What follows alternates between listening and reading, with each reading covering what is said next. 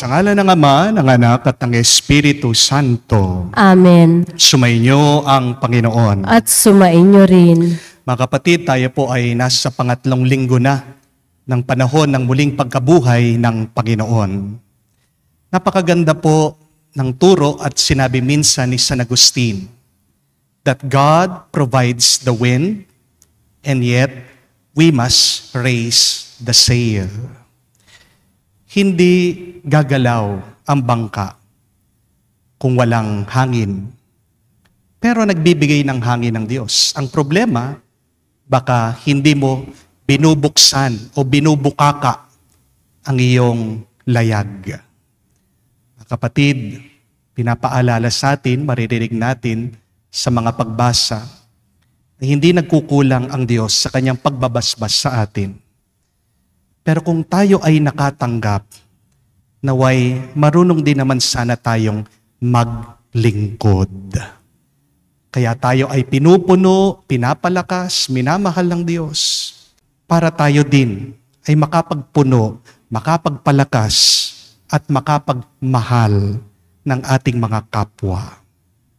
Sa mga pagkakataon na kung saan hindi na natin hinintuan, tinitignan ang ating mga problema. Nakalimutan nating hanapin at tignan ang Diyos, nagpupuno, nagbabasbas at nagbebendisyon sa atin. Hilingin natin muli kanyang pagpapatawad para tayo ay makitang karapat-dapat kahit nakakaunti makatanggap sa mga banal na misteryo. Inaamin ko Sa makapangyarihang Diyos at sa inyo mga kapatid, na lubha akong nagkasala sa isip, sa salita, sa gawa at sa aking pagkukulang. Kaya isinasamo ko sa mahal na Birheng Maria, sa lahat ng mga anghel at mga banal, at sa inyo mga kapatid, na ako'y ipanalangin sa Panginoong ating Diyos. kaawaan tayo na makapangyarihang Diyos, patawarin tayo sa ating mga kasalanan, at patnubayan tayo sa buhay na walang hanggan. Amen. Panginoon, kaawaan mo kami. Panginoon, kaawaan mo kami. Kristo, kaawaan mo kami. Kristo, kaawaan mo kami. Panginoon, kaawaan mo kami. Panginoon, kaawaan mo kami. Gloria in excelsis Deo.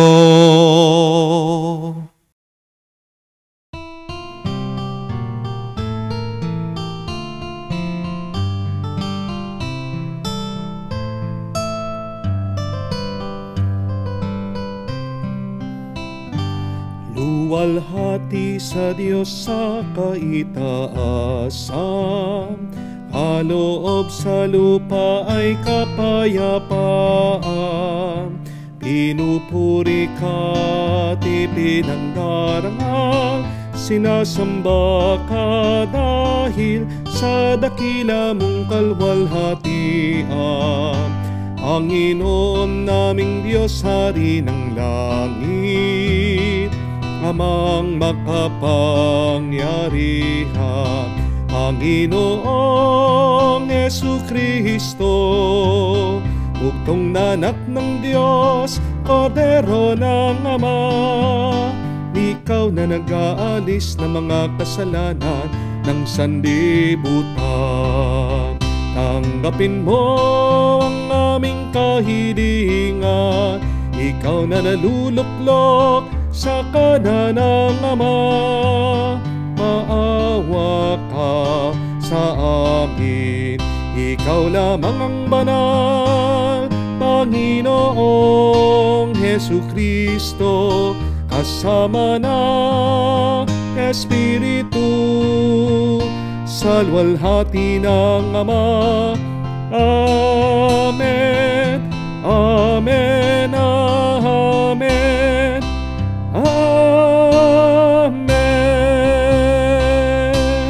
Manalangin tayo. Ama naming makapangyarihan, lagi nawang magalak ang iyong sambayanan sa pagkakaroon ng bagong kalooban upang sa kadakilaan dulot ng pag-anib ng iyong angkan, ang araw ng pagkabuhay ay maging pag-asa sa pagdiriwang. Sa pamamagitan ni Jesucristo, kasama ng Espiritu Santo, magpa sa walang hanggan. Amen.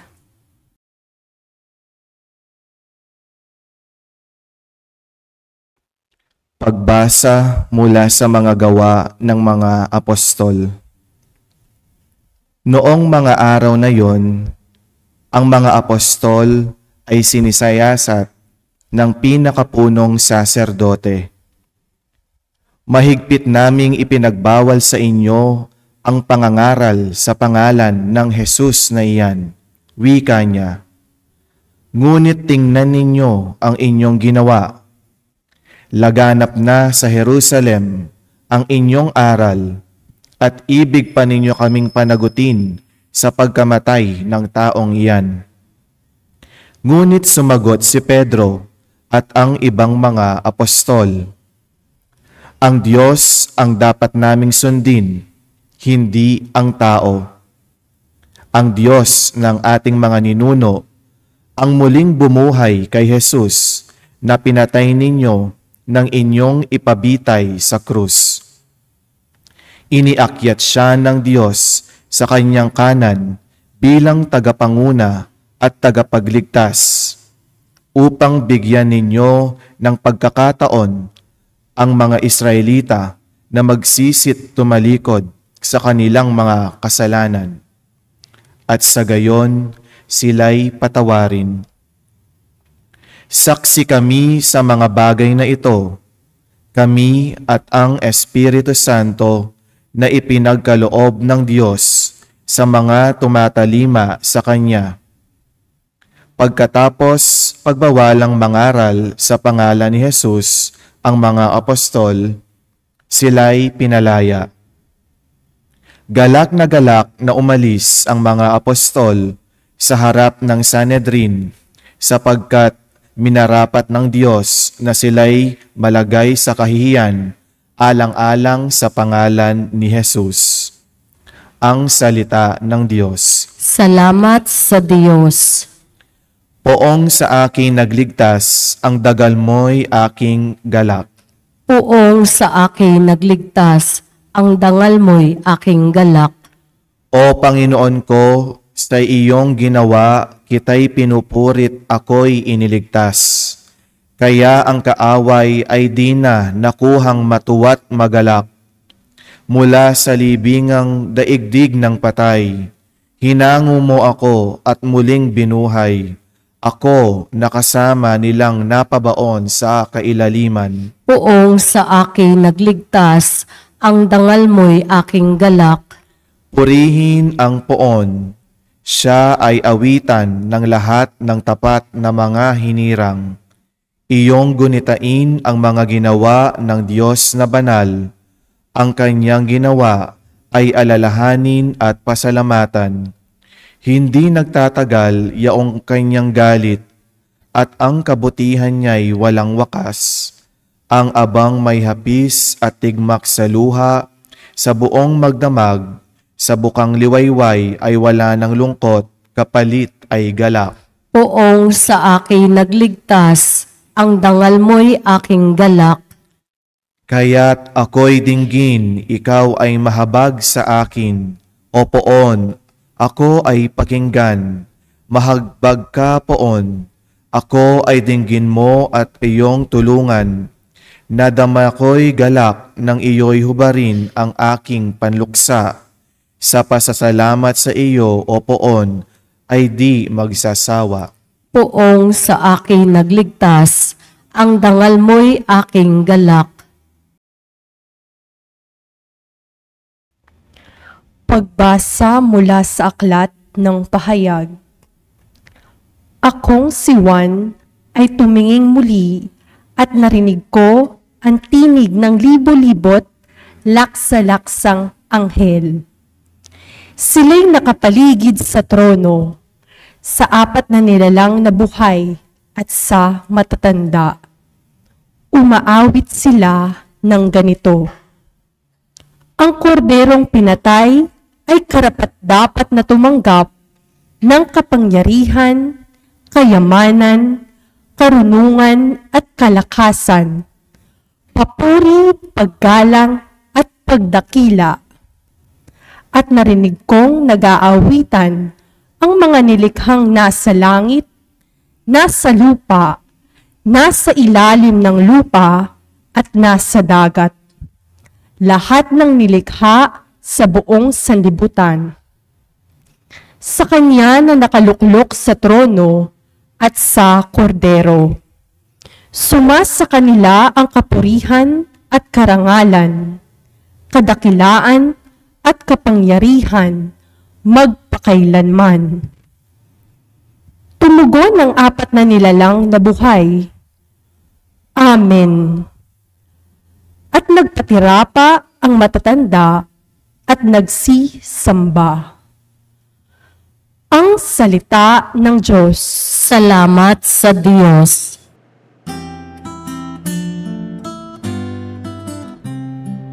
Alleluia, alleluia, alleluia, alleluia, alleluia, alleluia, alleluia, alleluia, alleluia, alleluia, alleluia. Si Kristo'y muling nabuhay, kanyang nilikha ang tanan, mga tao'y dinamayan. Aleluya, aleluya. Sumainyo ang Panginoon. At sumainyo rin. Ang mabuting balita ng Panginoon ayon kay San Juan. Papuri sa iyo, Panginoon. Nung panong yun, muling nagpakita si Jesus sa mga alagad sa tabi ng lawa ng Tiberias. Ganito ang pangyayari. Magkakasama sina Simon Pedro, Tomas, ang tinaguriang kambal, Nathaniel na taga Cana, Galilea, at mga anak ni Zebedeo, at 2 pang alagad. Sinabi sa kanila ni Simon Pedro, mangingisda ako. Sasama kami, wika nila. Umalis sila at lumulan sa bangka. Subalit walang nahuli ng gabing yon. Nang magbubukang liwayway na, tumayo si Jesus sa pangpang. Subalit hindi siya nakilala ng mga alagad. Sabi niya, mga anak, mayroon ba kayong nahuli?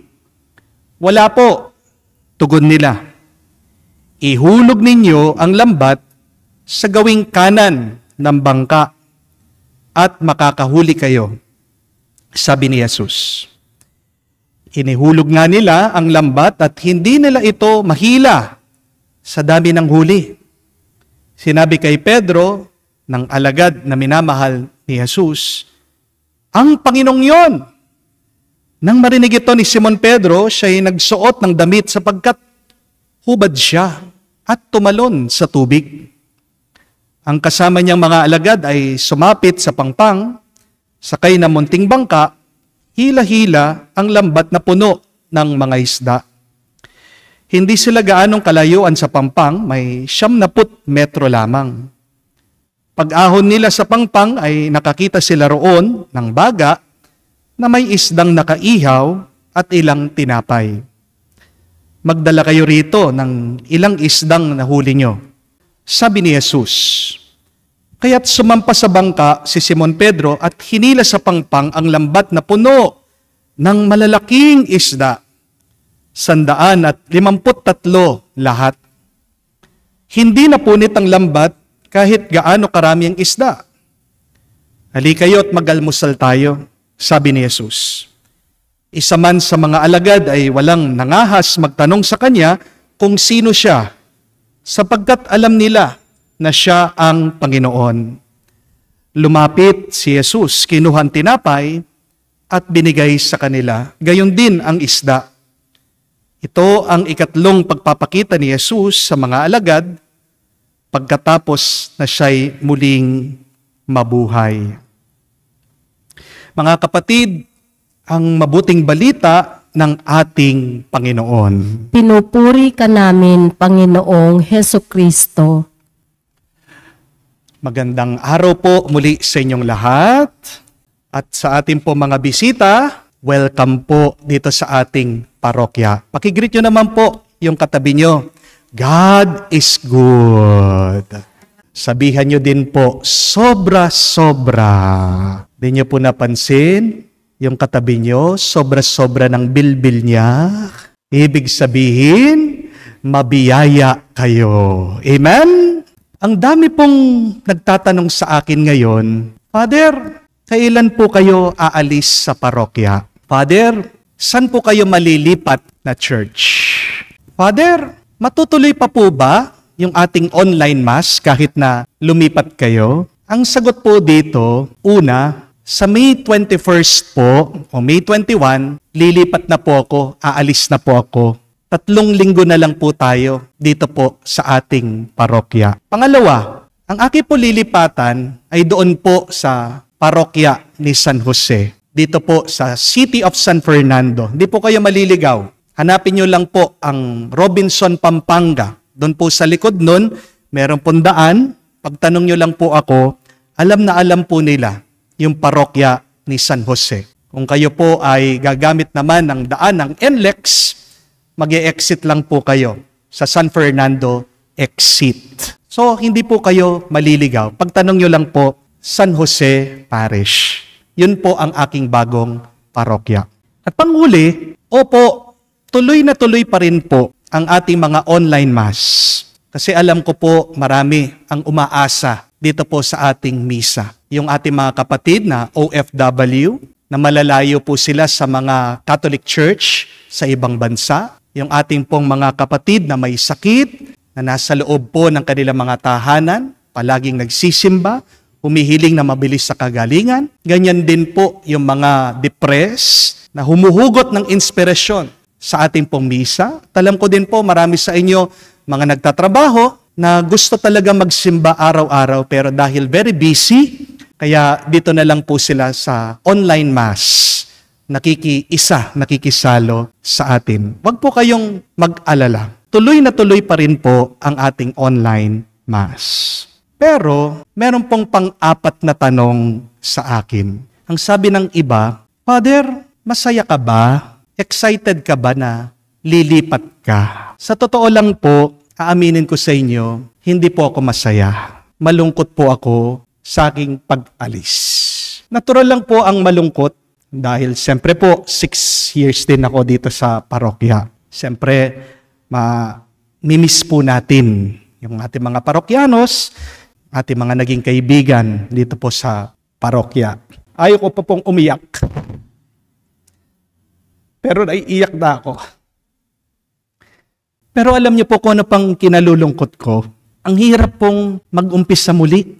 Dahil pag lumipat ako, parang back to zero na naman ako. Lalong-lalo na sa nakaraang linggo, ang dami pong nangyaring problema dito po sa parokya, dito sa simbahang lilipatan ko. Share ko lang po sa inyo para maunawaan nyo. Unang-una po dyan, bumili po ako ng bagong camera. Napakamahal po. Gusto ko po yung pinakamagandang camera para malinaw po yung ating video. Higit kumulang po mga 80,000 pesos po ito para high definition na, no? Itong ating video. Yun lang po, pagka-install, ilang araw lang po, nasira. Dahil hindi ko po alam, meron tao doon, pinakialaman. Inalis po yung pagkasaksak ng camera, dapat po hindi nyo naman talaga binubunot yung camera. Nakafix po yan. Nasira po yung microchip sa loob po ng camera. So inalis na naman namin, dinala po sa Maynila, pinacheck ko, at kailangan ko daw po ng 25,000 pesos para mapaayos lang yung kamerang yun. Sipin niyo po yun, hindi ko pa nagamit, nasira na. Pangalawang problema, last Sunday, may tumawag po sa akin doon. Basag daw yung mga speaker ng parokya. Kaya pina-check ko po, pina-investigate ko. Anong problema? Yun po pala, dahil nalaman na aalis na yung dating pare, papasok na ako. Yung po palang amplifier sa loob ng simbahan, pinahiram lang daw ng isang tao. At nakita na niya yung opportunity na i-pull out niya, kunin na niya kasi hindi naman po sa parokya. Kaya po pala nabasag, no? Sira yung tunog ng mga speaker. Kinuha ng tao yung amplifier. Nagtanong na naman po ako, magkano yung amplifier na bago bibilhin natin? Sabi po sa akin, ng aking nagche-check ng sound system, Father, 62,000 po ang kailangan. Muntikan po akong mahulog sa aking upuan. Panghuli, last week din po nangyari ito. Habang nagmimisa po sila doon sa isang simbahan, sakop ko po doon sa bagong parokya ko. Dahil po siguro sa init, nagliyab po yung mga ilaw, na short circuit po ang kuryente, nasunog po ang kisame. Ang good news po, wala naman pong nasaktan, wala pong nasunog, wala pong nadamay na tao. Pero ang bad news po, ito, ubos po lahat yung chapel. Ang natira lang po, pader. Kisame, bubungan, upuan, altar. Ang naligtas lang po, mangilan-ngilan na mga poon o santo. Talagang walang-wala po. Papalipat pa lang po ako nasunugan na ako doon sa isang chapel ko. At ine-estimate ko po magkanong kailangan para pagawa yung chapel na yon. Siguro po kailangan ko ng mga 5 million para lang po mapaayos ulit. Napakapalad ko po, no? Papalipat pa lang ako. Sinalubong na ako. Sobrang daming problema. Kaya nga po, since last week, nagdadasal po ako sa Panginoon. Sabi ko, Lord, bakit ganyan ka? Papalipat pa lang ako, mag-uumpisa na naman ako. Ang dami mong pagsubok na binibigay sa akin. Bakit naman, Lord? Para saan ito, Panginoon? Anong mensahe mo sa akin, O Jesus? Yan po yung aking sinasabi sa aking pagdarasal. At habang ako po ay nalulungkot sa nangyari, nagdasal po ako sa Panginoon, naghahanap ako ng sagot, ito po ang pinakitang tugon ng Diyos sa akin sa pamamagitan po ng ating mabuting balita. Ang sabi sa akin ng Panginoon, ang pinakita niya, Father Joel, huwag kang mag-alala kasi nauna na ang isda sa iyo. The fish comes first. Ano pong ibig sabihin nun? Balikan niyo po ang Ebanghelyo. Bumalik na naman po dun sa eksena na talagang walang-wala yung mga apostol. Pinatay ang kanilang maestro, pinako sa krus.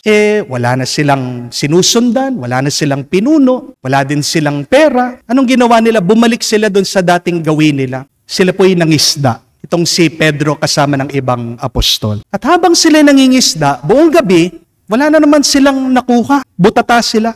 Doon daw nagpakita ang muling nabuhay na Panginoon, si Jesus. Nandun siya sa dalampasigan. At sabi ng Panginoon, ihulog niyo yung inyong lambat doon sa dakong kanan. At nung hinila nila, sobrang daming isda yung nakuha nila. Ang tanong, paano sila nakakuha ng sobrang dami? Dahil ba magaling sila? Hindi. Itong pinapaalala sa atin ng Panginoon. Siya ang nagpuno doon sa kanilang lambat. Ang Panginoon ang nag-utos doon sa mga isda na pumasok doon sa kanilang lambat. At yan din po ang pinapaalala ng Panginoon sa ating lahat. Di lang po sa akin. Kung man tayo'y magtatagumpay sa buhay, hindi dahil tayo'y magaling, hindi dahil tayo'y marunong, tayo'y magtatagumpay dahil ang Diyos ay magaling, dahil ang Diyos ay mabuti. Amen? Remember that, my dear friends. Your success in life does not depend on your goodness, but you will succeed in life because it depends on the goodness of God. At pinapaalala po sa atin ng Panginoon, kapag walang-wala tayo, tutulungan niya tayo. Amen? Hindi naman tayo hahayaan na magutom ng Diyos. Magkulang ka man, mahirapan ka man, nagmamasid, nagbabantay palagi ang Panginoon. Alam niya ang pangangailangan mo. Amen? God will provide. God will give you what you need. Pansinin niyo po ang kwento. Kahit na nakahuli daw sila ng sobrang daming isda, 153 po. Ano pong ibig sabihin ng 153 isda? Sabi po ng mga nag-aral, yun daw po yung mga bilang na alam nilang species o uri ng isda noong panahon. Ibig sabihin, talagang kinumpleto ng Diyos. Binigay sa kanila lahat ng klaseng isda. Pero kahit na binigay na ng Panginoon lahat-lahat sa kanila, nung pagdating nila doon sa dalampasigan, ano po nangyari? May naghihintay ng isda na nakaluto para sa kanila. Hindi lang po isda, meron pang kasamang tinapay. Gumawa na po ng baga ang Diyos. Nagluto na siya para sa kanila. Look at that.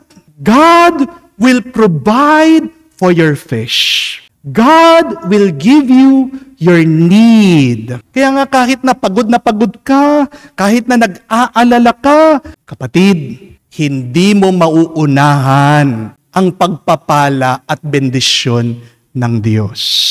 Bago pa yung problema mo, nauna na ang sagot at grasya ng Diyos para sa iyo. Amen? It is not our problems that came first. It is God who came first. Because in the beginning, there was God. Nung una pa lang, merong Diyos. Alisin mo sa isip mo, yung problema mong yan. Palaging nangunguna ang Diyos sa buhay mo. It is God who blesses us first. At balikan niyo po ang napakagandang kwento sa Genesis din. Pagkatapos daw po nilalang o ginawa ni Yahweh ang tao. Ano pong unang-unang binasbasan ng Diyos at pinagkaloob sa tao? Ano po? Naalala niyo po? It is the fish.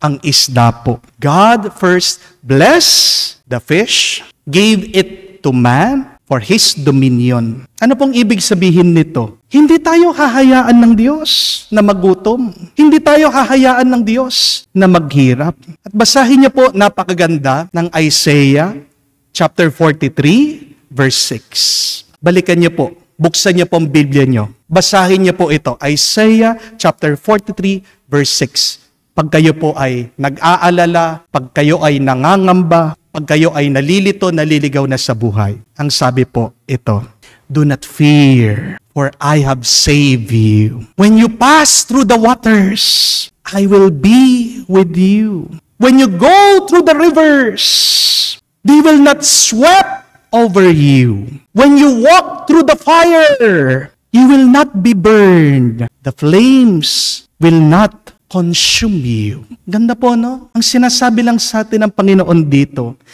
kahit na gaano karami ang panganib ng buhay, hindi tayo hahayaan na masaktan, masawi, at mapahamak ng Diyos. Kung ang Diyos kaya niyang hatiin ang dagat, di ba, kaya din ibigay ng Diyos sa iyo ang pangangailangan mo. Kung ang Diyos kaya niyang buksan ang mga malalaking ilog, kaya kanyang iligtas, kapatid. Kung nga ang Diyos kaya niyang matalo ang higante, kayang-kaya din matalo ng Diyos yung mga problema mo sa buhay. Kung nga ang Diyos, nasara niya, natikom niya ang bibig ng mga leon, kayang-kaya din ang Diyos bigyan ng kasagutan yung problema mo. At kung nga ang Diyos muling nabuhay at nagpabuhay ng mga patay, kahit na sabihin mo, baon na baon ka na, dyan sa iyong mga paghihirap, kapatid, bubuhayin at bubuhayin ka din ng Diyos. Amen? Magpakatatag ka. Maging malakas ang loob mo. Kasi nandyan ang Diyos sa tabi mo. The good news is, God blesses our provisions. God gives our needs every day. God is one step ahead of you. Kaya bakit ka matatakot? Bakit ka mangangamba? At totoong-totoo po ang mabuting balitang ito. Kasi naranasan ko po ito sa isang follower natin. Share ko lang po. Since 2023, may nakilala po akong mag-asawa. Nakatira po sila sa Caloocan. At nung pagkatapos ko po na magmisa, in-invite po nila ako sa Manila para magmisa. Tinetext po ako nitong babae, itong misis, papadasal. Kasi talaga pong hirap na hirap po sila financially. Ang sabi po nitong babae, Father, pagdasal mo naman na manalo kami ng loto, kamukha nyo. Sabi ko po sa kanya, ito po yung aking text message. No? Hindi aksidente na nakakaranas tayo ng mga kabiguan sa buhay. Hindi pa natin nakikita ang mabuting plano at ang dahilan ng Diyos. Pero, paniwalaan mo, may magandang bukas na naghihintay para sa iyo. God always provide. Pagkatapos po nito, palagi ko po silang sinasama sa misa, sa aking dasal. At alam niyo po kung ano nangyari? Last week lang pinuntahan po ako dito sa parokya, nitong mag-asawa, nagpapabless. Kasi answered prayer. Ito pong mister niya, tong lalaki, nakakuha po ng trabaho, paalis na po sa May 21, pupunta siya sa Europe para magtrabaho. Wow, God is good.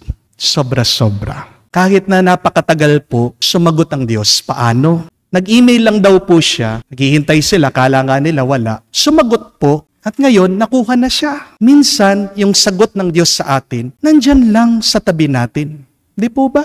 Yung sagot, sa gutom, sa lungkot ng mga apostol, nandun na, hawak-hawak nila yung lambat. Tutulong din ang Diyos. Maniwala ka na una na ang isda para sa iyo. Your fish came first. It means what you need, God has prepared and God will give it to you in God's time. Kaya purihin po natin at pasalamatan ang Diyos palagi dahil siya ay mabuti ngayon at magpakailanman. Amen. Tumayo po tayo. Sumasampalataya ako Sa Diyos, amang makapangyarihan sa lahat na may gawa ng langit at lupa. Sumasampalataya ako kay Hesu Kristo, iisang anak ng Diyos, Panginoon nating lahat. Nagkatawang tao siya, lalang ng Espiritu Santo, ipinanganak ni Santa Mariang Birhen, ipinagpakasakit ni Poncio Pilato, ipinako sa krus, namatay, inilibing, nanaog sa kinaroroonan ng mga yumao, nang may ikatlong araw, nabuhay na mag-uli, umakyat sa langit, naluluklok sa kanan ng Diyos amang makapangyarihan sa lahat, doon magmumulang paririto at huhukom sa nangabubuhay at nangamatay na tao.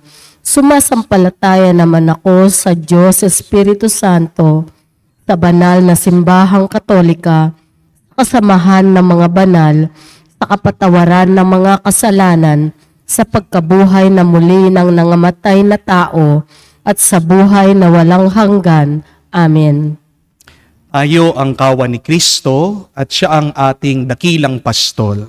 Sa kanyang pag-ibig sa atin, ihahabilin niya tayo sa pangangalaga ng mga apostol na pinamumunuhan ni Pedro. Bilang pasasalamat dito, tayo'y manalangin at sabihin, Panginoon, dinggin mo kami. Panginoon, dinggin mo kami. Para sa Santo Papa, nakahalili ni San Pedro, nawa patnubayan niya ang kawan ni Kristo sa katalinuhan at pag-ibig ng Panginoon. Manalangin tayo. Panginoon, dinggin mo kami. Para sa lahat ng obispo at ibang pinuno ng simbahan, nawa manatili silang kaisa ng Santo Papa at makipagtulungan sa Kanya alang-alang sa kabutihan ng lahat. Manalangin tayo. Panginoon, dinggin mo kami. Para sa lahat ng Kristiyano, nawa ituring nila ang Santo Papa hindi bilang isang panganib, kundi hinirang ng Diyos para sa pagtataguyod ng pagkakaisa at kabutihan ng buong simbahan. Manalangin tayo. Panginoon, dinggin mo kami. Sa katahimikan po ng ating puso, banggitin natin at sabihin sa Diyos ang ating mga personal na pangangailangan. Panginoong Yesus, salamat sa paghirang mo kay Pedro at sa kanya mga kahalili bilang mga punong pastol ng iyong simbahan. Naway makita at madama namin sa kanila ang iyong pagpapastol na kalingang maghahatid sa amin. Sa iyong pinaghaharian, magpakailanman. Amen.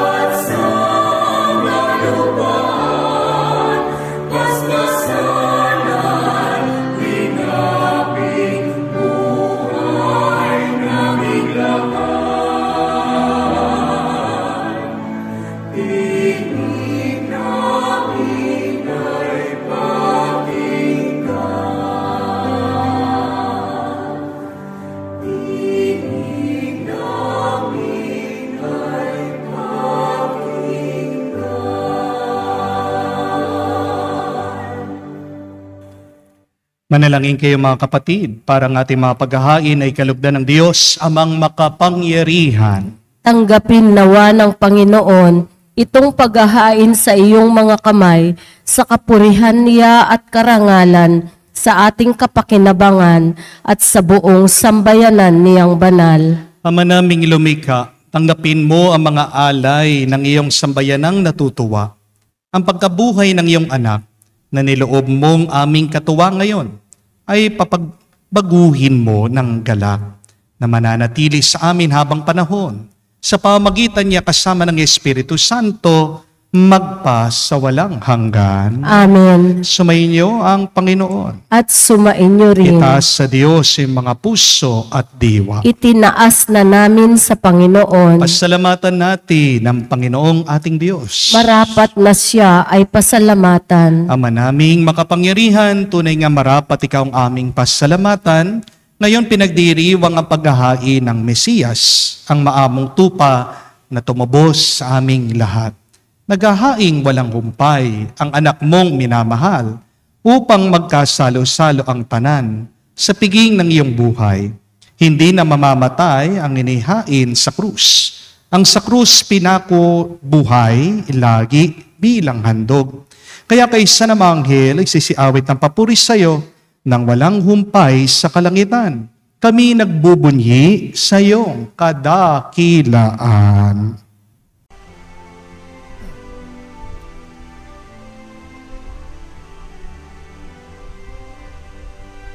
Santo, Santo, Santo, Panginoong Diyos ng mga hukbo, napupuno ang langit at lupa ng kadakilaan mo. Hosana, Hosana, sa kaitaasan, pinagpala ang naparirito. Sa ngalan ng Panginoon, Hosana, Hosana, sa kaitaasan, Hosana, Hosana, sa kaitaasan.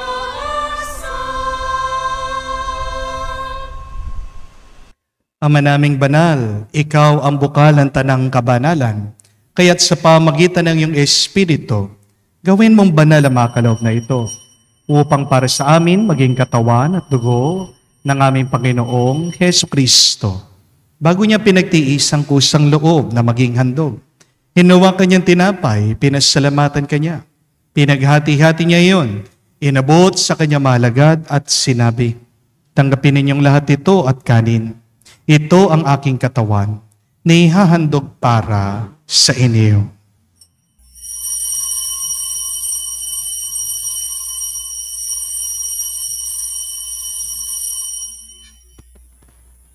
Gayon din naman na matapos ang hapunan, hinawakan niya ang kalis.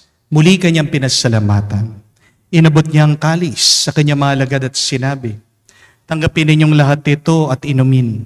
Itong kalis ang aking dugo, ng bago at walang hanggang tipan ng aking dugo na ibubuhos para sa inyo at para sa lahat.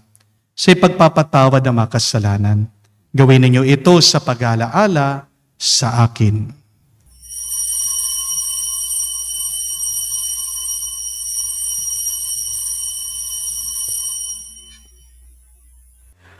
Ang misteryo ng pananampalataya.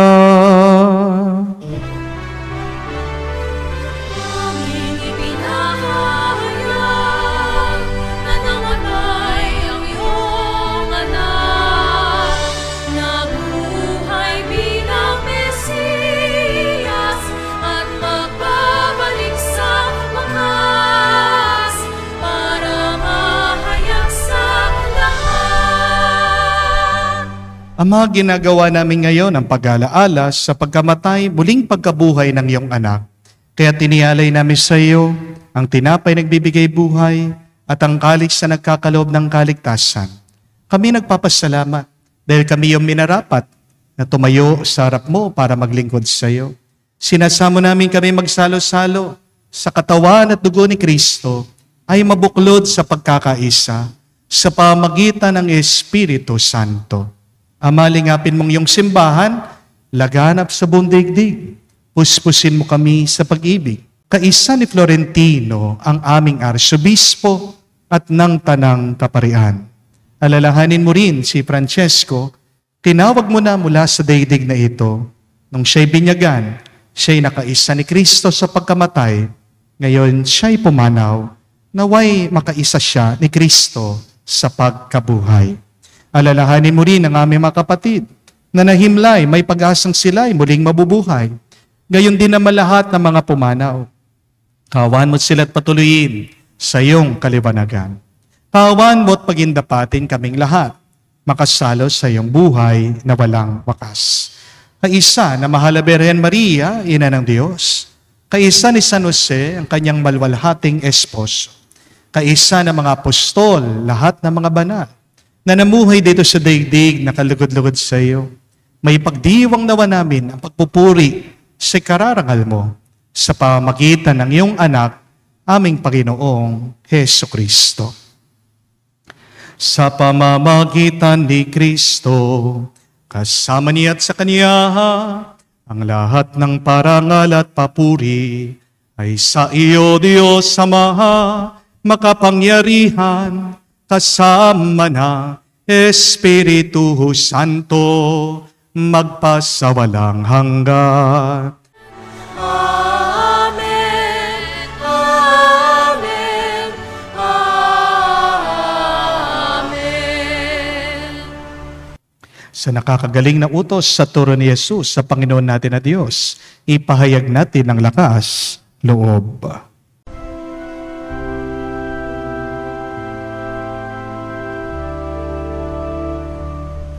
Ama namin, sumasalangit ka, sambahin ang ngalan mo, mapasa amin ang kaharian mo, sundin ang loob mo dito sa lupa para nang sa langit. Bigyan mo kami ngayon ng aming kakanin sa araw-araw. At patawarin mo kami sa aming mga sala para ng pagpapatawad namin sa nagkakasala sa amin. At huwag mo kami ipahintulot sa tukso, at iadya mo kami sa lahat ng masama. Hinihiling namin kami adya sa lahat na masama, pagkalooban ng kapayapaan araw-araw, ligtas sa kasalanan, ilayo sa lahat ng kapahamakan, samantalang aming pinanabikan ang dakilang araw ng pagpapahayag ng tagapagligtas naming si Heso Kristo. Sapagkat iyo ang kaharian at ang kapangyarihan at ang kapurihan magpakailanman. Amen. Panginoong Heso Kristo, sinabi mo sa mga apostol, kapayapaan ang iniiwan ko sa inyo. Ang aking kapayapaan binibigay ko sa inyo.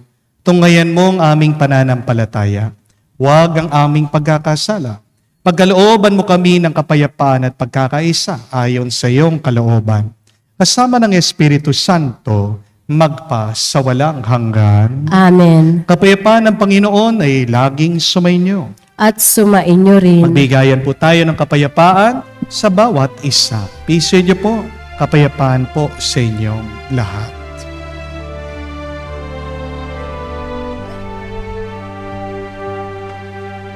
Kordero ng Diyos na nag-aalis ng mga kasalanan,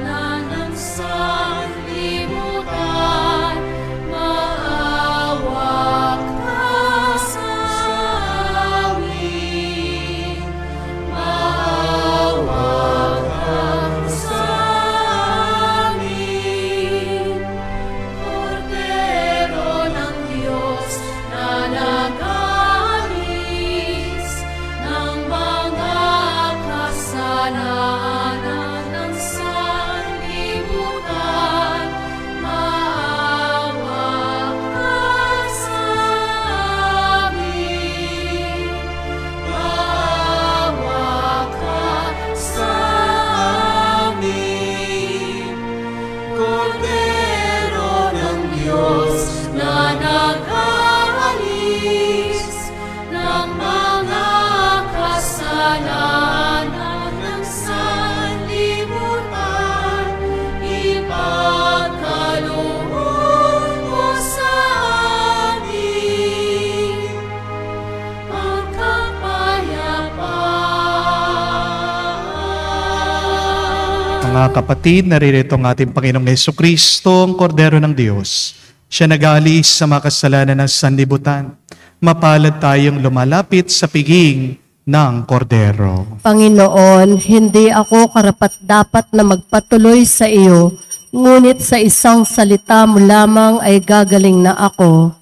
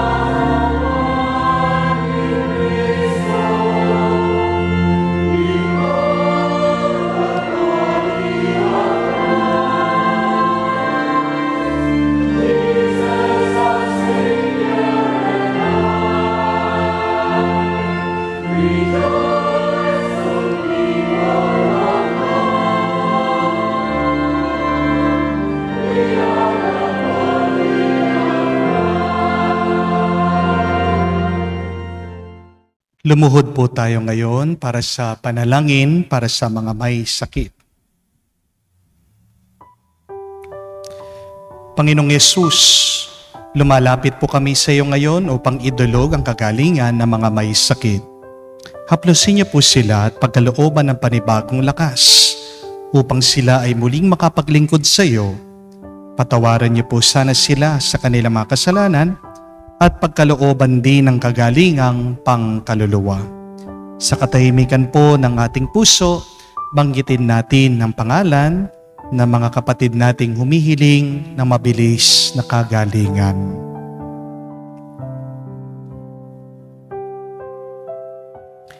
Hinihiling namin ito sa ngalan ni Kristo, aming Panginoon. Amen. Panalangin para sa mga OFW. Ama, pinapanalangin namin sa iyo ang natatanging kahilingan ng lahat ng mga nagtatrabaho sa ibang bansa.